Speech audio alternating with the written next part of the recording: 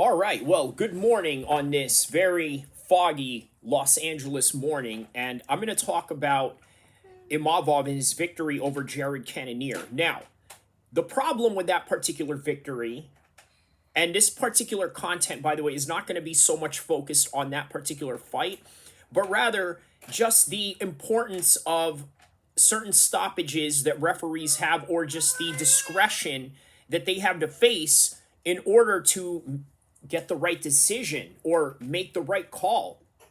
Now, obviously, this is great for Imavov. First and foremost, let's talk about the competitive structure of the UFC's 185 division. For one, this guy has taken a few good losses along the way, right? Has taken on some top prospects, has taken on some top contenders, and Jared Cannonier is a former 185-pound contender himself and faced Izzy for the title. So he's been up there. He's had a great career in terms of just the names that he's accumulated over the years. But Imavov was sort of in this, you don't know where he's going to be. You don't know if he's going to be in the top 5. You don't even know if he's going to be in the top 10. And now it just created this even bigger confusion in the 185 division.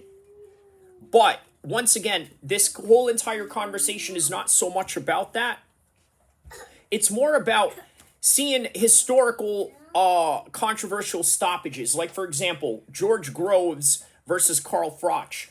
Now, that particular boxing match was controversial based on the stoppages by the referee. And by the way, British referees have been known to stop fights a little bit too early in terms of a guy looking like he's coherent, looking like he's still ready to fight, and yet the referee goes and stops the entire fight for whatever reason they have. Now, there's going to be a lot of criticisms that comes into that. But the one thing you have to understand is that it is only the referee that can decide whether the stoppage is important enough to the fighter's health, or perhaps maybe it may be detrimental to their long-term cognitive functions, because obviously this is a game of absolute brain damage to the core, right? So you don't want to have the athlete take too much damage that is totally unnecessary, to the point where it just becomes an absolute bloodbath for the fans' pleasure. Now, I understand it's the pros, and in the amateur ranks of mixed martial arts or boxing, usually they will stop the fights early, because guess what? A lot of those fights, in fact, almost all of those fights, literally you don't make any money off of it. There's no financial gain other than the glory of, let's say, an amateur championship. So you can understand why they would take that route. Now, you're talking about a pro bout, a main event fight night for the UFC with Imavov and Jared Cannonier. Jared Cannonier protested that entire stoppage, and rightfully so. But by the end of the day, it really is all about the referee's discretion, and it's a completely hard job. And by the way, this is one thing that a lot of people really don't talk about. They don't talk about how hard it is for a referee to make the right decision in order for him to make sure that he's not screwing anybody or giving anybody an unfair shake. It's a very difficult job. And once again, the referee last night in that Imavov Jared Cannonier fight really had a hard decision to make, because the fight, for the 4 rounds that it was going, looked almost pretty even up until, let's say, the 4th round, when Imavov did rock him a few times and Jared Cannonier was stumbling back into the cage, and the referee just said, finally, you know what, we're going to stop this fight right now. We're going to stop this fight because guess what? It doesn't look like he was coherent in any kind of way, and it's going to be up for me to decide if this guy is worthy of continuing to fight. And to the referee's discretion, he just wasn't. So what exactly does that mean? Well, here's something you got to understand. You can protest to the high heavens, and sometimes you can even appeal it. And maybe perhaps you will get a different desired result that you're looking for if you are in the camp of Jared Cannonier. But with the referees, there are possibilities that they could be reprimanded. There are possibilities that they could be fired by the state commission. And by the way, here's something you need to understand about refereeing, which a lot of casual fans don't understand.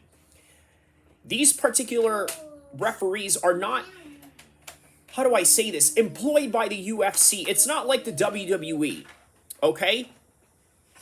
I remember watching The Rock at WrestleMania, because as you know, The Rock is a board member of the WWE. Now, I don't know if that's real life or if that's just part of the storyline, but during the match in WrestleMania with Cody Rhodes and Roman Reigns and his cousin and whatnot, he tells the referee, hey, you know what?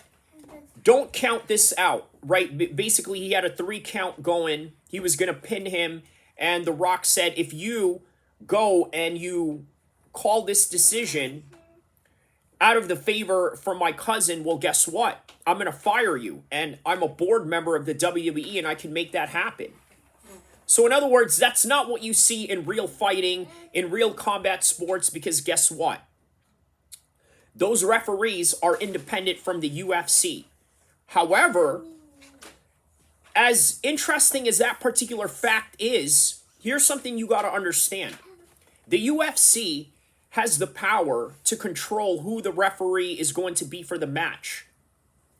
They may not be able to control the referee in their decision, but if you make the wrong decision, it could cost you your career in terms of not refereeing the big fights, the big championship fights, the big UFC events. And that goes for boxing as well. So what we have going on right now is exactly that, right? Who was the referee of this fight? I believe it was Jason Herzog who was a referee of this fight. Now, look, not really controversial to the highest order, but there are instances where, let's say, Herb Dean has had a reputation of allowing people to get pummeled in ways that they never had to. Mario Yamasaki is another example of that. Not letting the fight finish. And I think here's something you got to understand, right? 2 extremes of this end, because obviously I talked about the stoppages that were too premature. Now we're going to talk about the stoppages that was just overly mature, right? In the cases of Herb Dean and Mario Yamasaki. I think the reason why a lot of these things happen is because these referees are desensitized to violence. And you're probably wondering, well, if you're involved in combat sports, from the media analyst to the coaches to the referees to the fighters themselves and to the promoters, you are somewhat,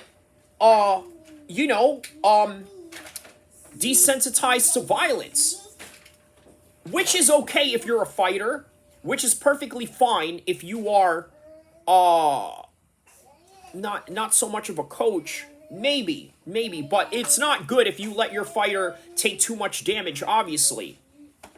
But as a referee, being too hyper desensitized to violence, I think, is what leads to a lot of overly mature stoppages, and not so much of the premature stoppages that you may have seen last night. So, hopefully that explains the full context of what had happened last night with Imavov versus Jared Cannonier.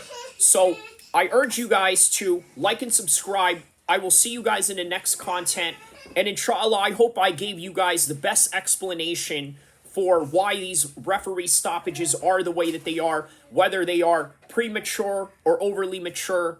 Whatever it is, do the mature thing, which is like and subscribe to this channel. And I will see you guys in the next content to come, inshallah.